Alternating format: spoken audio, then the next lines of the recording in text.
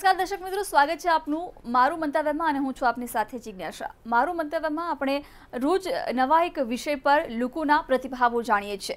મારું મંતવ્યમાં આજે આપણે વાત કરવાના છીએ નેતા મસ્ત જનતા ત્રસ્ત। લોકસભા ચૂંટણીને આડે ગણતરીના દિવસો બાકી રહ્યા છે। 23 એપ્રિલે ગુજરાતમાં 26 સીટો માટે મતદાન થવાનું છે।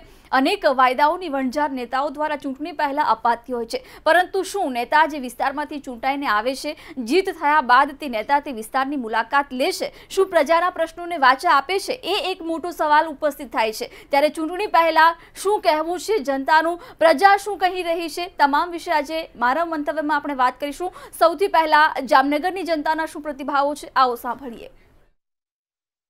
જામનગર શહેર નવા નગરથી ઓળખાતા આ જામનગર શહેર અગાઉ સૌરાષ્ટ્રનું પેરિસથી પણ ઓળખાતું હતું। ત્યારે અહીં મહાનગરપાલિકામાં ભાજપનું છેલ્લા 2 દાયકાથી શાસન છે અને આ 2 દાયકાથી શાસન દરમિયાન શહેરના મુખ્ય જે પ્રાથમિક સુવિધાઓ છે તેને કેટલા કામો થયા, કેટલીક સમસ્યાઓ હજી પણ સ્થાનિકોમાં તરવડી રહી છે, એ જ વિશે આજે આપણે ચર્ચા કરવી છે। આપણે સ્થાનિકો પાસે જાણીશું। આપણે ગોકુલનગર વિસ્તારમાં છે, રણજીત સાગર રોડ છે, તેઓ પાસે સ્થાનિકો પાસે આવ્યા છે। સ્થાનિકોનો મૂળ કેવો છે, શું કહે છે સ્થાનિકોની શું સમસ્યાઓ છે, તે અંગે જ આપણે જાણવું છે। શું કહેશો આપ કે અહીંની જે સ્થાનિક સમસ્યાઓ, પ્રાથમિક સુવિધાઓ છે, એ અંગે આપની સમસ્યાઓ કેટલા નિરાકરણ થયું? 2013થી આ સોસાયટીમાં મકાન બનવાનું ચાલુ થયા છે। આજની તારીખ સુધીમાં હજી રોડ, ગટર, પાણી પૂરતું આવતું નથી। એ સમસ્યા મેઇન સમસ્યા છે। પછી ચોમાસામાં એટલું બધી તકલીફ પડે કે 108ને બોલાવી હોય તો પણ આવી શકતી નહીં, એટલી તકલીફ હતી। એ બાબતની મેં કમિશનરશ્રીને રજૂઆત કરી, કોર્પોરેટરશ્રીને સાથે રાખી અને મળ્યા કમિશનરશ્રીએ। ત્યારે 2 વર્ષ પછી આ રોડ ચાલુ થયો। અત્યારે બરાબર રસ્તાનું ગટર અને પાણીની વ્યવસ્થા, ગટર, રોડ, પાણી એની વ્યવસ્થા જે તે યથાવત જ છે, મુશ્કેલી જ છે। આ બાબતે અવારનવાર કમિશનરશ્રીને રજૂઆતો પણ કરેલ છે, પણ હજી સુધી રસ્તાનું કે ગટરનું કોઈ નિરાકરણ આવ્યું નથી। અને રસ્તામાં ચાલી ન શકે એવી પરિસ્થિતિ હોય ત્યારે કોર્પોરેટરશ્રીને રજૂઆત કરી ત્યારે એ લોકો અંદર માટી નાખી જાય, આ બધું કરી જાય છે લોકલી। આ થોડું ઘણું પ્રશ્ન સોલ્વ થાય છે, બાકી બીજું કોઈ હજી સુધી થયું નથી। એટલે કે ક્યાંક રોડ રસ્તાઓની સુવિધા નથી મળતી। આપ સ્થાનિક કોર્પોરેટર છો, આપ શું કહેશો? કેટલી રજૂઆતો આપને રોજ મળે છે? કેટલી રજૂઆત આપ ભારતીય જનતા પાર્ટીની શાસન એવી મહાનગરપાલિકામાં મૂકો છો?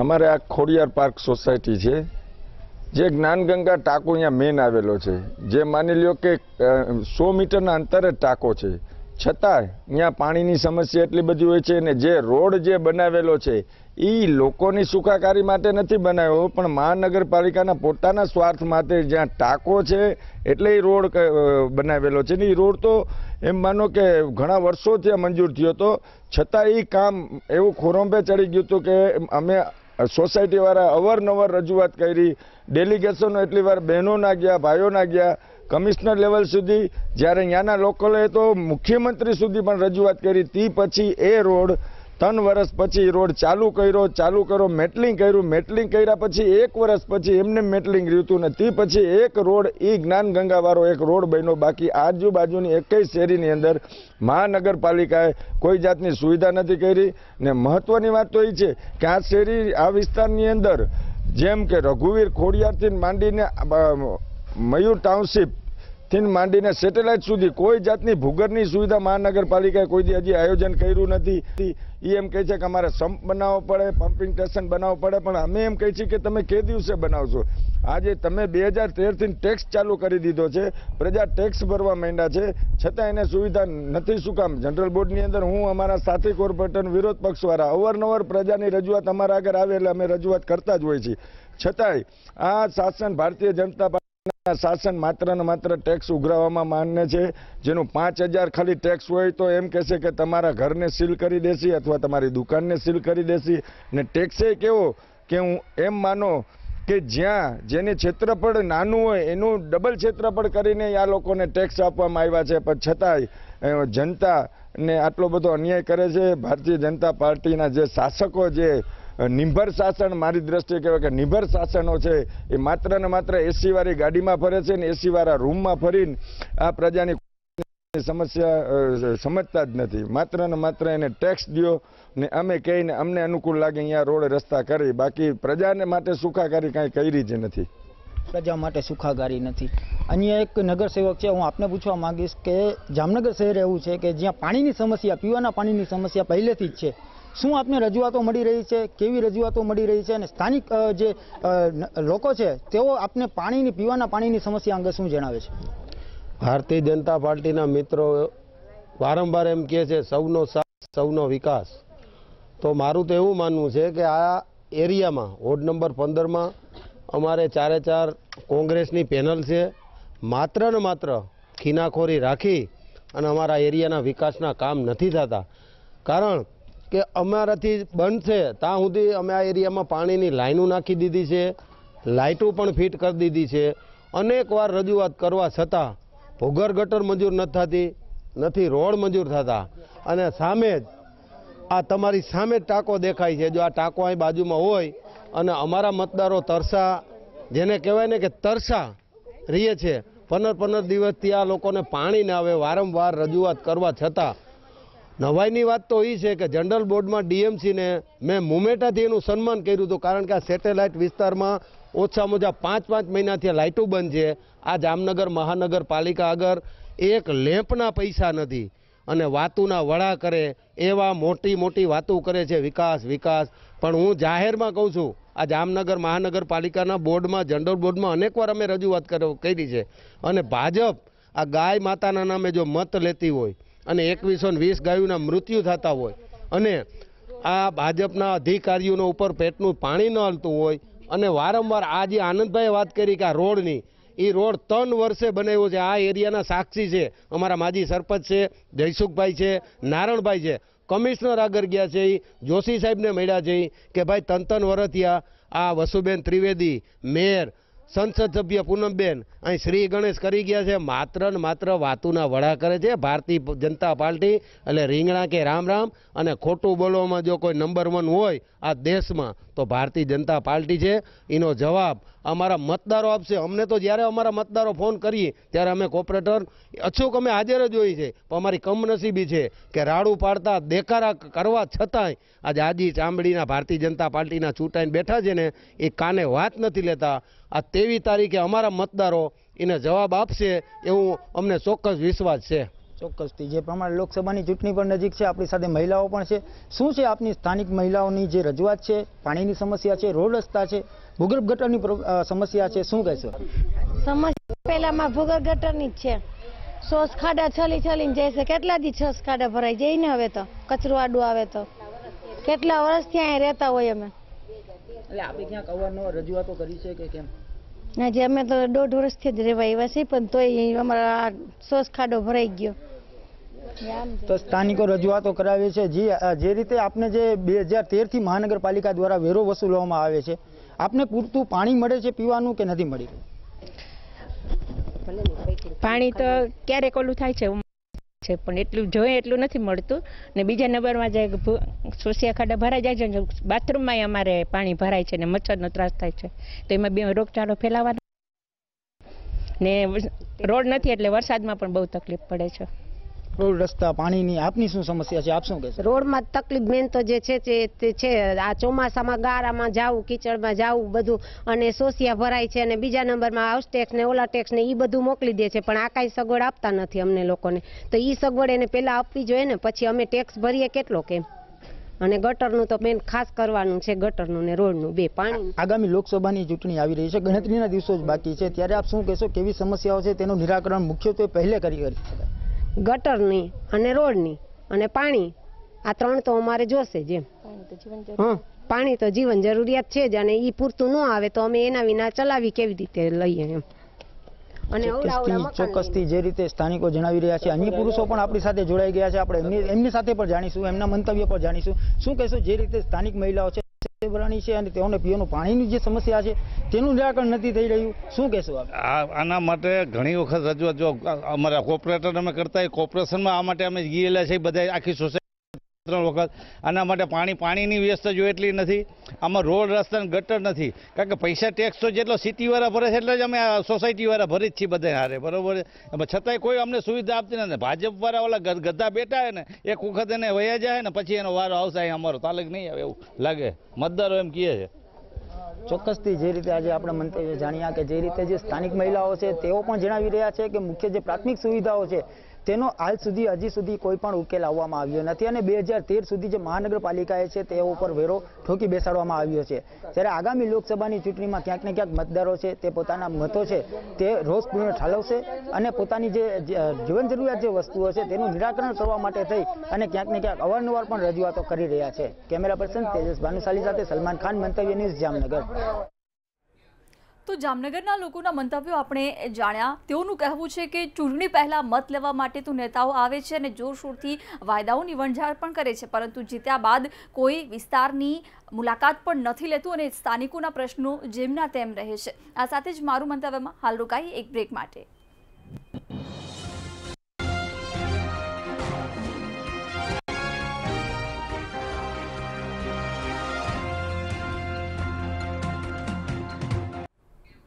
બ્રેક બાદ મારું મંતવ્યમાં આપનું સ્વાગત છે। મારું મંતવ્યમાં આજે આપણે વાત કરી રહ્યા છીએ કે ચૂંટણી પહેલા લોકોના શું મંતવ્યો છે, લોકોનું શું કહેવું છે, ચૂંટણી પહેલા તેઓના કેવા પ્રકારના પ્રશ્નો છે, હળવદની જનતા શું કહી રહી છે, આવો સાંભળીએ।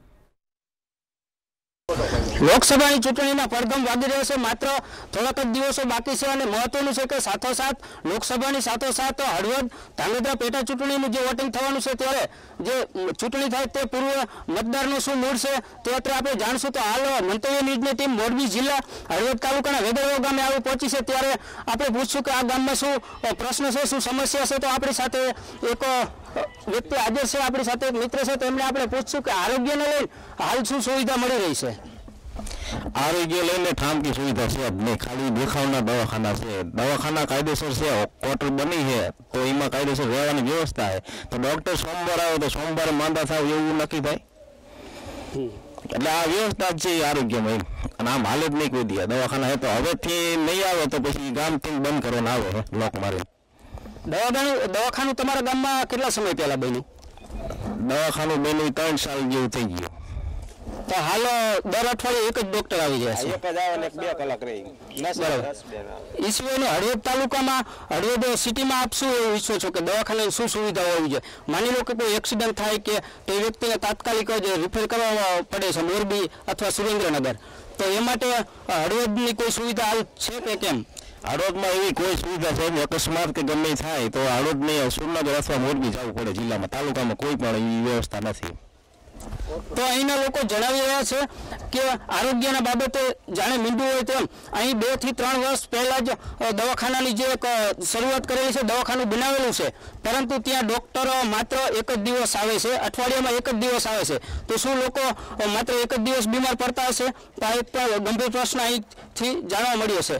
તો પછી હાલ આપણે પૂછશું કે શિક્ષણ બાબતે હાલ શું સુવિધા મળી રહી છે।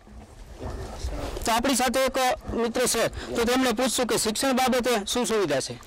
એક બાજુ સરકાર એવું કહે છે કે સૌ ભણે સૌ આગળ વધે, પણ એ પ્રશ્ન મારું ગામ માલણીય છે હળવદ તાલુકાનું, અમારે હાઈસ્કૂલ છે તો અહીંયાની જે સંખ્યા જે અને કોટા લેવલની હોય તો પૂરતી છે, બરાબર। તો 2 શિક્ષકો છે, તો એક શિક્ષક આચાર્યનું કામ કરે, તો શું એક શિક્ષક 2 ધોરણનું શિક્ષણ કાર્ય પૂરું કરી શકશે? એમાં 7 તો વિષય આવે છે કે અને હાઈસ્કૂલ લેવલમાં શિક્ષણમાં એવું હોય છે કે ગમે કે ગુજરાતીનો ટીચર, ઇંગ્લિશનો ટીચર બધા વિષયનો અલગ અલગ હોય છે।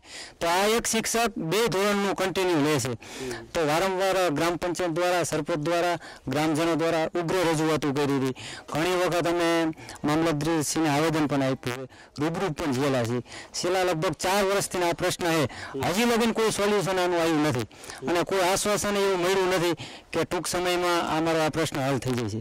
માટે અમારે ખાસ વિનંતી છે કે આપણે આ નારાને જો સિદ્ધ કરવો હોય તો ઝડપીમાં ઝડપી આ પ્રશ્નનું નિરાકરણ લાવે, જેથી આ બાળકોનું ભણતર ન બગડે, બસ। તો શિક્ષણ બાબતે માહિતી મળી છે કે હાલ શિક્ષણમાં ઘણી બધી સુધારા કરવાની જરૂર છે, ત્યારે હવે મુદ્દો લઈ કે હળવદ તાલુકો જે છે ટીકર પાટે જે રણકાંઠાના ગામડાઓ છે અને ત્યાં ઘણા લોકો જે રણમાં અગરિયા તરીકેનો વ્યવસાય કરે છે, જે મીઠું પકવે છે। મીઠાની થેલીઓ તો ગુજરાતમાં બહુ સસ્તી મળતી જ હોય છે, પણ એ મીઠું પકાવવા પાછળની શું મહેનત હોય છે, શું તકલીફ હોય છે, તો એક અગરિયા મિત્ર આપણી સાથે છે, તો તેમની પાસે જાણશું કે શું પ્રોબ્લેમ છે અગરિયાને। અગરિયાના તો હાલમાં ચોમાસામાં જે રણ ભરાય પછી રણ ખુલે એટલે દિવાળીની આસપાસ રણ ખુલે પછી ગારામાં જે પાણી હોય અને અંદર ચાલીને જવાનું હોય 5-7 કિલોમીટર, તે પછી ગારા કામ કરવાનું હોય, પછી પાળા બાંધવાના હોય, પછી કુઈ કરવાની હોય, છતાં બોર હોય તો બોરમાં સોલર સિસ્ટમ થઈ ગઈ હોય પણ મશીનથી તણે પાણીનું સિંચાઈ કરવી પડે. એટલે ઠામ બનાવી અને અંદર ભરીએ તે પછી તાપમાનમાં વધતું જાય, ડિગ્રીમાં પાણી આવતું જાય. ત્યાર પછી અત્યારે મીઠાનું બજાર ઘણું બધું, જે આ મુંગારાતમાં બજાર ઘણું ઓછું છે, તો આ મુંગારાતમાં બજારમાં જો થોડોક સુધારો થાય તો સારું કહેવાય. તે પછી રેણુકનગર કુડા ત્યાં રેલવે પાટો હતો એ બંધ થઈ ગયો, એના હિસાબે થોડુંક વેપારીઓ કેવી ટ્રાન્સફરમાં થોડીક વધારે તકલીફ થતી, એટલે ટ્રાન્સપોર્ટનો લોડ અમને પડે, જેથી વેપારી બજાર અમને મીઠાનું ન આપી શકે. 1 ટન આશરે લગભગ 200ની આસપાસમાં હોય છે કે પોણા 200 રૂપિયા હોય. તો ઈવડાની થેલી અત્યારે 10 રૂપિયા, 12 રૂપિયા, 8 રૂપિયા, 15 રૂપિયા એવા ભાવની કિલો વેચાતું હોય. અમને ટનના 200 રૂપિયા સરેરાશ કદાચ આવતું હોય. એમ નકર બે ભાવ હોય છે, કેમિકલ વેચાણ હોય તો 140, 45, 50 રૂપિયા. અને બીજા નંબરમાં જો અમે મીઠું પકવવામાં શિયાળો અને ઉનાળો 2 સિઝન લેતા હોય, એટલે 2 સિઝનમાં શિયાળામાં ઠંડીનું હોય તકલીફ, એટલે હાથ ફાટી જાય, પગ ફાટી જાય, ચામડીના બધા રોગ થતા હોય, ચામડીનો ભયંકર રોગ થતો હોય. પછી આરોગ્ય આવતું હોય અમુક વાર તહેવાર કે ટાઈમ માટે સરકાર દ્વારા જે અગરિયાઓને ખાસ જે એની યોજનાઓ આપતા હોય છે, એના હાથના મોજા, એના પગના મોજા, તો એવી કોઈ સહાય મળી રહી છે કે કેમ? સહાયમાં એવું કે અમુક ટાઈમે જે ગરીબ કલ્યાણ મેળા થતા હોય મળતા હોય, પણ એમાં હાથના મોજા ફિક્સ આમ ન આવતા હોય કે એવું બધું આવતું હોય. એટલે ગાળામાં કામ કરવા હોય હાથના મોજા ક્યાં ઉપયોગમાં આવતા નથી. ત્યાર પછી સરકારની યોજના આવતી હોય તો એમને લાભ મળતો નથી. પીવાના પાણીના બનાવેલા ટાંકા છે અમુક આગળમાં, જે તે આગળમાં બનાવેલા પણ ટોટલ ટીકવામાં નથી, તો પીવાનું પાણી પૂરતું મળતું નથી. જે તે સાયકલમાં તો બધું પાણી લઈ જવું પડે. ત્યાર પછી અમે સવારમાં જવાનું હોય સાયકલમાં, પાણી લઈ જવાનું હોય, પછી ટાઈમ બધું એમાં નીકળી જાય. પછી તાપમાન વધતું જાય એ કારણે મીઠાની અંદર કામ કરવા હોય, એટલે ઘણી બધી ચામડીના ઘણા બધા એવા રોગ થતા હોય છે, જેથી ઘણી બધી સમસ્યા હોય છે ચામડીની. તો અગરિયા વિશે આપણે જાણ્યું કે અગરિયાને ખરેખર કેવી તકલીફ પડતી હોય છે. મીઠું જો કોઈ વાનગીમાં કોઈ તેમાં ન હોય તો સ્વાદ ન આવે, પણ એ મીઠું પકાવવા માટે અગરિયા કેવી મહેનત કરતા હોય છે તે આપણે અગરિયા પાસેથી જાણ્યું. તો એક સમસ્યા, ચુનૌતીભરી સમસ્યા કહેવાય. અગરિયા માટે પણ ખાસ કઈ સુવિધા થવી જોઈએ. તો હાલ જે પ્રશ્ન પૂછશું એક મિત્ર અહીંયા આપણી સાથે છે કે વીજળીની શું સુવિધા મળી રહી છે? જી, શું નામ છે આપનું? જગદીશભાઈ, આપને જે વીજળી બાબતે શું સમસ્યા છે તે જણાવશો? વીજળીમાં તો એવું છે, એક તો 8 કલાક પાવર આપે અને એ ટાઈમે વારંવાર ટાઈમે પાવર આપે છે, અને વારંવાર ટાઈમે પાવર આપે અને 8 કલાકમાં 3 થી 4 ઝટકા મારે છે. અને ગમે ત્યારે લાઈન ફોલ્ટ પડે તો ગમે ત્યારે 3 દી 2 દી એવું આવે. અને પછી આપણે કંઈક પુલ પડી ગયો તો એ એમ કહે છે સાહેબો કે તમારું ટ્રેક્ટર લઈ લો અને તમે પુલ ઉભો હાલો અમે આવી, તો ખેડૂત આવો તો પુલ પડે. તો સરકાર ખેડૂત પાસે કે કરાવે છે કે એક તો લાઇટ બિલના ટાઈમે પૈસા ભરવા પડે, અને બીજું કે જ્યારે વાવેતરનો ટાઈમ હોય ત્યારે 8 કલાક પાવર આપવાનો, એમાં 3-4 ઝટકા મારવાના, અને ઉપર જતા ખોટું બનાવટી ચેકિંગ મૂકવાનું. અને ખેડૂત જે 1 એમ્પર આવતો હોય તો એને ખેડૂતને 10,000 15,000 દંડ મૂકે. લગભગ મોસ્ટ ઓફ ચેકિંગ આવે. અને આ વિસ્તાર કેનાલ નથી, એટલે વાડીમાંથી વિસ્તાર પિયત વિસ્તાર છે, અને પિયતના ટાઈમે ચેકિંગ આવે એટલે ખેડૂતને એક આર્થિક રીતે બીજું નુકસાન ભોગવવું પડે છે. અને જો સરકાર દેશની લાઇટ કરી દે તો ખેડૂત માટે ઘણું સારું રહે. તો ખેડૂત પાસે પણ આપણે એક વીજળી વિશે પૂછ્યું તો તેમણે પણ જણાવ્યું છે કે ખેડૂતો ક્યાંક ને ક્યાંક પરેશાન થઈ રહ્યા છે. રાત્રે પાવર આવે ત્યારે નાકાવાળો જવું પડે છે, તો દિવસનો પાવર થાય તેવી પણ એક ખેડૂત મિત્રોને માંગ છે. તો રિપેરિંગમાં પણ ધાંધ્યા હોય તેવું પણ અહીંના લોકો જણાવી રહ્યા છે. તો હાલ આપણે આપણી સાથે એક માલધારી મિત્ર છે તો તેને પૂછશું કે ઓન સાલ જે મોરબી જિલ્લો અછતગ્રસ્ત જાહેર કરવામાં આવ્યો છે અને માલઢોર છે તે ભૂખું ટળવળી રહ્યું છે. જો આ માલધારીને ઘાસચારો મળી રહે તો તેમના જે પશુ છે તે જીવી શકે તેમ છે. તો હાલ આપણે તે મિત્રને પૂછશું કે ઘાસચારા બાબતે શું પ્રશ્ન છે. ઘાસચારો મળ્યો જ નથી. આખા વર્ષથી અમને કાળ પાકા આપ્યા, બરોબર, કઈ પશુ મરી ગયા. આજ આપી, કાલ આપી, પણ ટ્રેન આવી, ઓલા ટ્રેન આવી, પણ કોઈ જ્યાં અમે ધક્કા ખાઈ થાય ગયા. અમને 1 કિલો પણ ઘાસ આપ્યું નથી અત્યાર સુધીમાં, અને લગભગ સરકાર આપે એવું દેખાતું નથી, બરોબર. નથી પાણીની વ્યવસ્થા ગામના પાસે, નથી ઢોરને ઘાસચારાની વ્યવસ્થા. કઈક પશુ મરી ખૂટે અને કઈક થોડા આવે રિયાઈ ગઈ, આ વાડી વાળા માથે ટીંગાડી રિયાઈ, એમના પૈસા બાપા કરે. બાકી સરકાર કોઈ ધ્યાન આપતી નથી, અમને કોઈ જાતનો લાભ મળ્યો નથી. તો ઘાસચારામાં આપને શું પ્રશ્ન છે, આપની શું સમસ્યા? એટલે ઘાસચારામાં એવું સસ્તા ઘાસચારાનું જે સરકારે વિતરણ કરવાનું કર્યું, એમાં એક લોલીપોપ જ આપ્યો અમને માલધારીઓને કે સસ્તા ઘાસચારાનું કે ગાડીઓ આવશે ને અમે તમને આપશું. કોઈ આપ્યું નથી. અમે 3 વાર મામલતદારમાં આવેદનપત્રક આપ્યું તોય અમારો કોઈ જવાબ સાંભળ્યો નથી.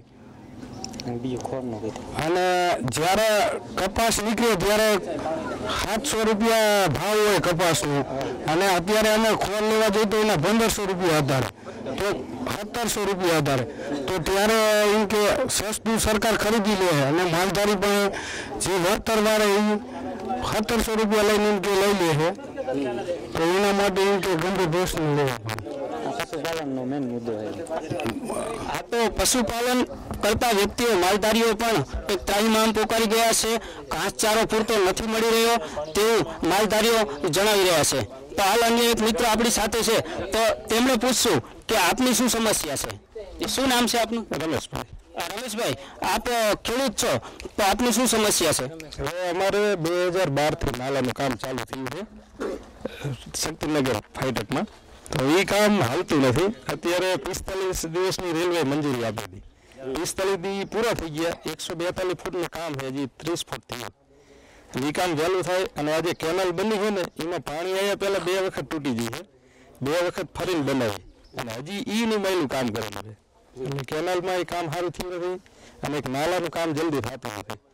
એ કામ થાય પછી નર્મદાનું પાણી મળી રહ્યું છે કે કેમ? નહીં, આ બધી બાજુ 10-10 કિલોમીટર ખેતર અહીંયાથી પાણી આવતું નથી. તો અન્ય ખેડૂત મિત્ર આપણી સાથે છે, તેમને પણ જાણવાનો પ્રયાસ કરશું કે શું સમસ્યા છે ખેડૂતને લઈને. હવે ખાસ તો રાજ્ય સરકાર વિદ્યાર્થીઓને નવરાત્રી વેકેશન જાહેર કર્યું હતું. વિદ્યાર્થીઓને 9 દિવસ નવરાત્રી વેકેશન આપ્યું હતું. તો અમારી એવી માંગ છે કે ખેડૂતોને પણ દિવસના લાઇટ આપે, જેથી રાતના ખેડૂતો પણ રાસ ગરબા માતાજીના ગુણગાન ગાઈ શકે. આ તો રાતના પાવર આવ્યો હોય એટલે ખેડૂતો વારવી નાકા વારવા હોય જાય, પાણી વારવા હોય જાય અને કોઈ માતાજીના ગરબા કે કંઈ લઈ શકાય નહીં. એટલે ખાસ અમારી એક માંગ કે રાજ્ય સરકાર દ્વારા જે વિદ્યાર્થીઓને નવરાત્રી વેકેશન જે આપવામાં આવ્યું હતું એ જ રીતના 9 દિવસ રાજ્ય સરકાર દ્વારા વીજળી દિવસે આપે, રાતની જગ્યાએ દિવસે વીજળી આપે તો રાતના ખેડૂતો માતાજીના ગુણગાન અને ગરબા પણ ગાઈ શકે. તો ખેડૂત મિત્ર પાસે એક વાત કે જે વિદ્યાર્થીઓને તો વેકેશન નવરાત્રીમાં મળ્યું, પણ ખેડૂતોને ક્યારે વેકેશન? ખેડૂતોને જો દિવસે પાવર નવરાત્રી દરમિયાન આપવામાં આવે તો ખેડૂતો પણ પોતે નવરાત્રીમાં ગરબાજી માણી શકે.